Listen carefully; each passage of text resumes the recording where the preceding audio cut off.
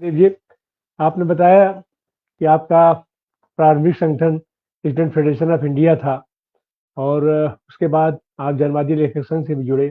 तो क्या आपने पार्टी ज्वाइन की थी? हाँ, ज्वाइन की थी और अभी भी मैं हूँ पार्टी में। तो कोई जिम्मेदारी भी है आपको पार्टी में? सारी जिम्मेदारी हम युवाओं के कंधे पर ही है सर। नहीं नहीं, सारी जिम्मेदारी मतलब वो तो जिम्मेदार सेक्रेटरी होता है या और भी कोई है इसके उसकी बॉडी में भी आप हैं? मैं ज्यादातर किसानों और लेखकों के बीच ही काम करता हूँ, तो इनसे जुड़ी हुई जो बॉडियां हैं उनमें हूँ। किसान सभा के राज्य कमेटी मेंबर हूँ राजस्थान मेन तक। पार्टी में आप हैं सीपीएम के? मैं सीपीएम की मेन बॉडी में आप हैं? हाँ, पार्टी का मेंबर हूँ। पार्टी का मेंबर? तो यही मेंबर इसमें सबसे देखिए बड़ा होता है नहीं नहीं सर। मेंबर सर, हमारे यहाँ क्या है सुनिए सर सर कि सर, सर सदस्य कार्यकर्ता जो जो है वो सबसे बड़ा है। चाहे मिल गांधीवादी, समाजवादी या मिल वामपंथी आंदोलन में कार्यकर्ता मिल से जी बड़ा क्या है। मिल जी, ये कार्यकर्ता से बड़ा क्या है? यही करके हमारे बड़े नेता हम लोगों को बेवकूफ बनाते हैं कार्यकर्ताओं को। सच तो ये है कि पार्टियों में भी जो उसकी मेन बॉडी है और खास करके जनरल सेक्रेटरी जो होता है, ये कहा नीचे से ऊपर तक जाएंगे, ये कार्यकर्ता तो आंख है, ये सारी चीज कहने की होती है। सवाल ये है कि ऐसी हालत में कार्यकर्ता से कार्यकर्ताओं का और पूरे देश का की वो भावना थी कि ज्योति बसु को प्रधानमंत्री बनना चाहिए था। लेकिन लेकिन उनके साथ क्या हुआ? जो जनरल सेक्रेटरी थे, जो वहां अंदर बॉडी थी, उन लोगों ने उनको रोक दिया और उसके चलते पूरी की पूरी पार्टी और पूरा पूरा वामपंथी आंदोलन बर्बाद हुआ। तो हमारे कहने का मतलब कि जो भी ऐसे इनर्जेटिक कार्यकर्ता होते हैं, उनको मेन बॉडी में मेन जगह लोग स्थान नहीं देते हैं। हम आपके सामने खुद वो एक उदाहरण है कि हमें लोग मेन बॉडी में जाने से हमेशा रोकते रहे। कल क्या हुआ कि नीचे जनता के बीच तो हमारा डॉक्टर आंदोलन। तिवारी जी, जी डॉक्टर तिवारी जी, सवाल अगर रहे तो ज्यादा अच्छा है। आप जी भी जी अगर संस्मरण शेयर करने लग जाएंगे तो फिर वार्ता आप ही के साथ हो जाएगी। अब तो अच्छा है कि जी हम संदीप लोग जो है डॉक्टर संदीप तिवारी जी से सवाल तक सीमित रहे। जी जी संदीप जी संदीप जी, तो हमें कह रहे थे कि आप वहां से लेकर के जेएनयू तक, और जेएनयू तो वामपंथियों का गढ़ रहा। तो आप वहां वामपंथी आंदोलन को किस तरीके से देखते हैं? पार्टी का इंटरफेरेंस वहां पर आप कैसे देखते हैं और पार्टी को उससे क्या लाभ मिलता रहा है? देखिए, वामपंथी आंदोलन में जेएनयू का एक महत्वपूर्ण स्थान रहा है, लेकिन जेएनयू की एक कमजोरी भी रही है।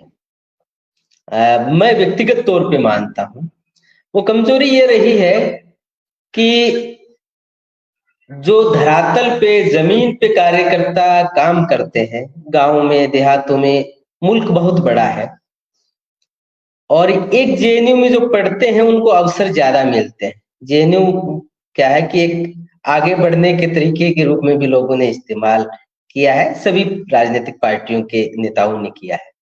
उससे जो आपका जमीनी कार्यकर्ता है, एक तो उससे उसका हक मर जाता है। आप इसको ऐसे समझिए कि जो कार्यकर्ता जमीन का अनुभव लेकर आ रहा है, जो बरसों तक संघर्ष करता आ रहा है, मैं आपके पहले के अनुभव को इसमें जोड़ देता हूँ, मैं समझ गया था बात, तो उसका हक मरता है। दूसरा ये जो जो चंद किताबें पढ़ के जो सियासत करते हैं, और जो मार्क्सवाद को सिर्फ किताबों से ही समझते हैं, क्योंकि वो तो व्यवहार का दर्शन है, जैसा ग्रामशी ने कहा, इवन खुद मार्क्स ने भी कहा, तो वो व्यवहार का दर्शन आ नहीं पाता है। जे जेएनयू के से जो पॉलिटिशियन निकलते हैं, वो बाद में पॉलिटिक्स को भी क्लासरूम की तरह ही चलाते हैं, जो कि ये मुल्क क्लासरूम नहीं है। ये मुल्क एक बहुत बड़ा बगीचा है और उस बगीचे को अगर आप उसमें खाद पानी से लेकर आप उसकी जमीन के कण कण को नहीं जानते हैं तो आप सफल नहीं हो पाएंगे।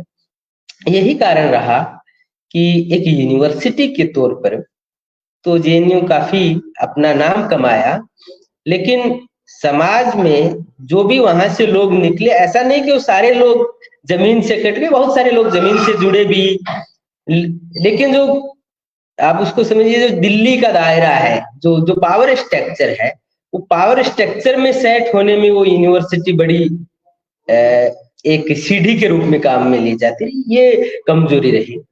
क्राइसिस में जैसे पिछले 10 सालों में हायर एजुकेशन क्राइसिस आया, जेएनयू पे भी क्राइसिस आया, तो वो लोग जो दूर दराज में, गांव में, देहातों में जनता के बीच काम कर रहे थे, वो सब उस यूनिवर्सिटी को बचाने के लिए भी खड़े हुए।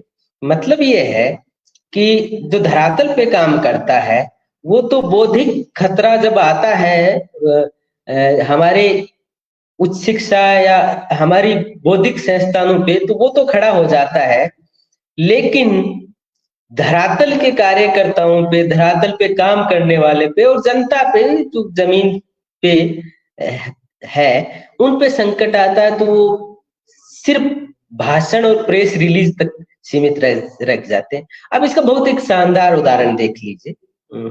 मुझे हमेशा वो बड़ा आकर्षित करते हैं। गांधी का जो जनता से जो संबंध था, वैसा संबंध इस देश में बाद में कोई नेता नहीं बना पाया। कारण कि हमारे यहाँ जो राजनीतिक प्रवृत्ति है, वो ऊपर की ओर देखने की हो गई। गांधी की नीचे की ओर देखने, वो कभी ऊपर नहीं देखेगी, ऊपर उस पोस्ट पे चले जाएंगे। ये हमारी सारी राजनीति इसमें लगी हुई है कि वो प्राप्त कर लेंगे, प्रधानमंत्री। ये भाई डेमोक्रेसी है, उसमें जनता के दिलों पे आप छा जाए, इससे बड़ी तो कोई, मुझे लगता नहीं है कि कोई सियासत होती होगी। तो वो बाद के दिनों में नहीं देखने को मिली।